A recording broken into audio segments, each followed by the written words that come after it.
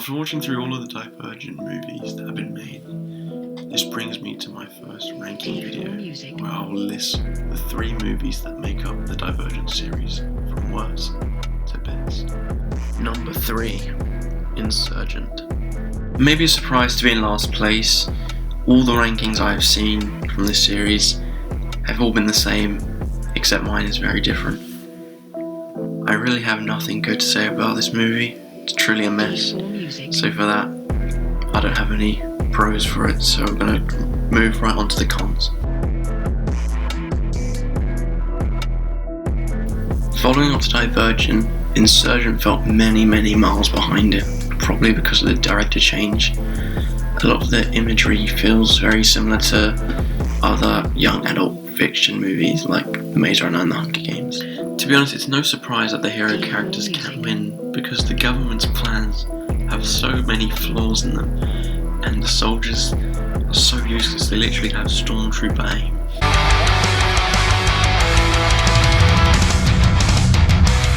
Because this movie is set in an alternative future where technology would have developed severely by now, but the technology they use in this movie looks so inefficient and makes it look harder to use than it is now, just so it can look different from what it is now, to prove that it's in the future. I don't remember what the name of it was, but there's these weird cable things which inject into your back and lift you off the ground so that you can take the Divergent test. But it just shouldn't work. There's so many better ways to do it. They just want to look unique, but it just looks so dumb. This movie literally had a $25 million bigger budget than Divergent, and they just honestly wasted it. They didn't know how to use it. They used it on all this unnecessary CGI, which looked really bad. Just in general, this movie's storyline is a huge mess and is made in a way which is difficult to follow. That mix of all the simulations just hurts my head, and not in the mind-blowing way, as in I literally have no idea what is happening. Insurgent ends any excitement for this series, which was created in Divergent, by unnecessarily overcomplicating the storyline. From what I have heard, Insurgent book dealt with a much simpler plot than Divergent, so there's no excuses. Insurgent actually doesn't have the lowest Rotten Tomatoes score and IMDb rating from this series. It currently has 20% and 6.2. I personally give it a 5 out of 10 and 2.5 stars. I personally think it is the worst of the series. Number 2, Allegiant. Initially planned to be part 1 of the closing chapter of the Divergent series, the cliffhanger at the end of this movie does not look set to have all its questions answered on the big screen. Following the second part, intended to be titled Ascendant, was cancelled due to bad reviews. Besides die-hard book lovers, I doubt many are too surprised or annoyed about this movie series remain incomplete. Just like Insurgent, this movie could have had 0 positive things to speak about, but there was one tiny one which I thought was entertaining enough. The constant talking and complaining from Miles Teller's character Peter is so irritating that it's actually amusing. His presence in a scene can bring a smile to my face just because he is being annoying, and just gives a different taste from all the other dog characters. Just like Insurgent, as this film is set in the future, it tries to make the point by showing us all of the different technology which is used, and it is all over the top. All futuristic movies like to show their technology predictions, but the large amount of movies that do it in a way which feels natural and not forced. Not only does Allegiant wrap this technology into the DNA of the movie, it also contains technology which makes no logical sense. I won't go into detail about it as it's important to the storyline, but my god is it painful to see accepted without anyone wondering how on earth they have created it. I'm really not an expert on the high standard technology, but I can tell that unless real magic is found in the next 100 years, this kind of tech will be impossible to make. I touched on how Miles Teller's character Peter stood out from all the other doll characters. Well, that's this con, the doll characters.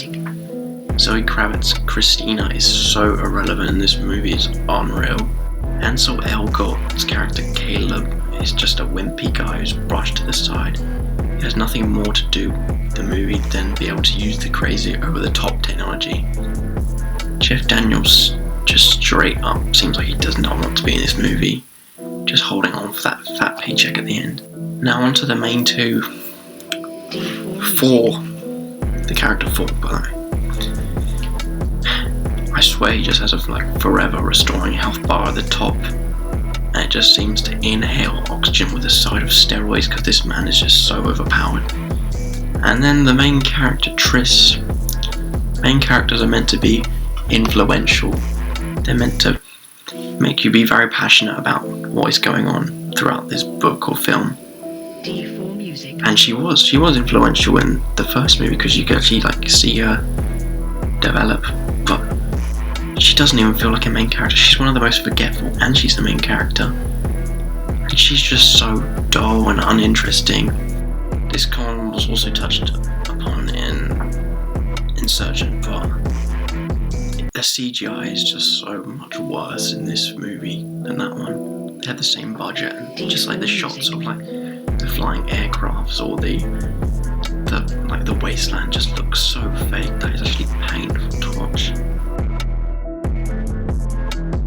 Allegiant is a disappointing end to a sour trilogy which was intended to be a 4-film franchise. Allegiant intending to be part 1 of the final entry, but the reviews from the past 2 films were just not good enough. And by the looks of it, the actors have had enough. It doesn't know what to do with its characters or doesn't fully carry a storyline that anyone fully understands or actually cares about. Allegiant has a whopping 11% on Rotten Tomatoes and a 5.7 on IMDb. Just like the last film, I'll give it a 2.5 stars and a 5 out of 10, which really is not great at all. Number 1, Divergent. Easily securing the top spot, it is the movie that began it all, Divergent. Like a lot of franchises, the best movie is the one which starts it all off. Some might find it boring, but for me personally, I think the amount of time it spends on the whole placement system is really important so we can get a proper view on what the society is like in this movie. The amount of focus into this creates a really solid foundation for a solid film. Shailene Woodley does a great job of portraying Triss as a young, insecure female who gains confidence in her ability once she finds out about her true self. It's actually a shame because in her first performance in Divergent, she was really good, but she kind of just fades out through the whole series. I don't know if it was because of the way they wrote the character, but she just seemed to lack interest the more the series went on. D4 Music. Although I said Shailene Woodley does a great job of Triss's character, the plot where Triss goes from being insecure to becoming very important and powerful person is quite cliche. Albeit it is a different version, but still together it's the same rough plot. One of the series' biggest downfalls is the lack of depth to the side characters. This movie has a great cast, but it only seems to make them important when they need to. You don't see any side growth from anything unless it's relevant to the story. I am aware that there is a romance in the book, but within this movie it just feels so false, and you can't really see a connection or any reason why they should be together. Divergent sets its ambitions for a franchise open at good heights, being entertaining at the most part, but the lack of character depth does bring it down a bit. Similar movies like The Maze Runner and Hunger Games have strong, likeable side characters, whereas in this movie I can't even remember the side characters' names. On Rotten Tomatoes, It currently has a 42%, which is slightly harsh, and it has a 6.7 on IMDb. I personally would give it a 6 out of 10 and 3.5 stars, which is much better than the next two entries in that series. Before I conclude my first ranking video, I'll give my take on the full trilogy. So it started at a solid place with Divergent. The series was always seeming to go downhill. Actors and actresses seemed less enthusiastic as the films went on, and in the end the series was understandably cancelled. Way behind the quality of the Hunger Games and the Maze Runner, I personally don't recommend this series. The first movie is fun, so you can watch that as long as you don't mind finding out what happens next and just leave it to your imagination. But anyways, thank you for watching my first ranking video. I'll be hoping to do more in the future as my channel hopefully grows.